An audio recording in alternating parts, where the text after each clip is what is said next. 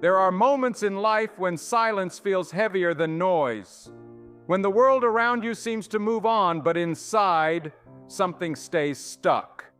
A word you said, a choice you made, a moment you can't rewind. You smile in photos, finish your work, talk to people, but there's a quiet sentence that repeats in the back of your mind, I should have known better.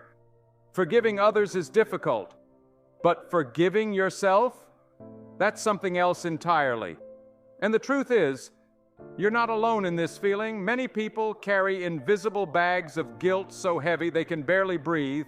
They say they've moved on, but inside they replay the same scene over and over, wishing for a different ending.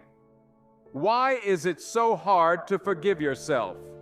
Psychologists say that self-forgiveness requires more than just saying, I'm sorry to yourself. It involves facing the full weight of what you did, what it cost you, and what it cost others. According to Dr. Kristin Neff, a pioneer in self-compassion research, we often believe that being hard on ourselves is a way to show we care.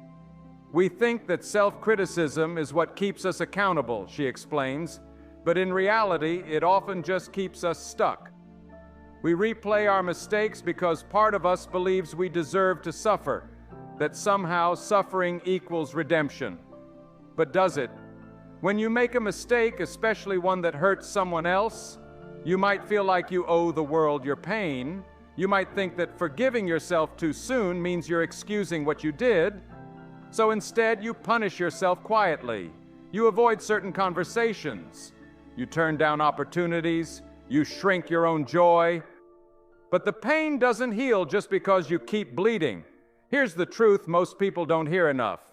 You can hold yourself accountable without abandoning yourself. You can take responsibility and still choose to heal. The philosopher Brené Brown said, "Shame corrodes the very part of us that believes we are capable of change." And that's exactly why self-forgiveness feels impossible. Because shame doesn't just say, you made a mistake. It says, you are the mistake, but you are not. Maybe you did something you regret. Maybe you failed someone's trust. Maybe you ignored your own voice and let yourself down. Those are real wounds, but punishing yourself forever will not change what happened. What it will do is freeze you in a version of yourself that no longer exists. Forgiveness is not a denial of what happened. It's the quiet decision to stop letting your past define your future. It's not something that happens all at once. Often it begins with one simple question. What would I say to a friend who did the same thing? If your answer is, I'd tell them they're human, that they were in pain, that they've learned, that they deserve peace, then maybe, just maybe, it's time you said the same to yourself. In trauma psychology, there's a concept called repair. It means making amends not just with others, but with the parts of yourself that got lost along the way. Maybe the reason you can't forgive yourself is because you've never had a conversation with the version of you who made that mistake. You just judged them, banished them, buried them deep.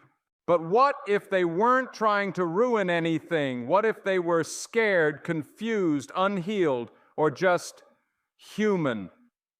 Dr. Janina Fisher, an expert in trauma recovery, says, the parts of ourselves we reject don't disappear. They just wait for acknowledgement. You can't move forward without bringing those parts with you. That means revisiting your pain, not to relive it, but to understand it. To ask, why did I act that way?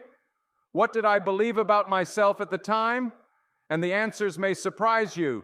You might discover that your mistake came from fear, from loneliness, from needing love or approval.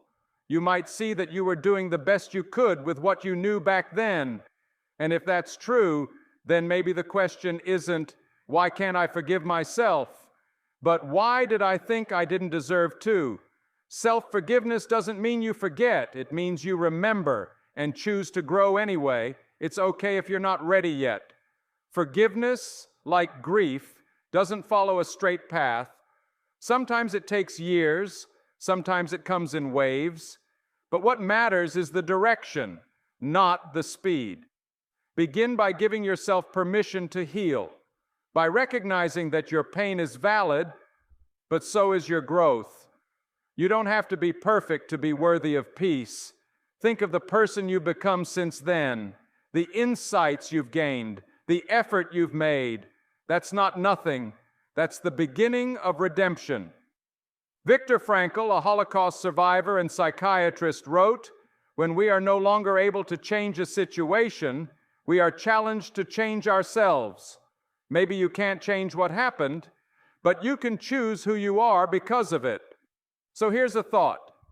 Maybe today, instead of asking, "Why can't I forgive myself?" try asking, "What part of me still needs compassion?" Because forgiveness doesn't come from forgetting, it comes from understanding. And once you begin to understand yourself, not the mask, but the human underneath it, you'll realize something powerful. You've suffered enough. Now it's time to live. If this message touched something in you, don't just move on. Take a moment, breathe, reflect. And if you're ready to keep healing quietly but powerfully, subscribe, share this with someone who needs it, and join us here. You're not alone anymore. You're becoming okay. Thank you for watching.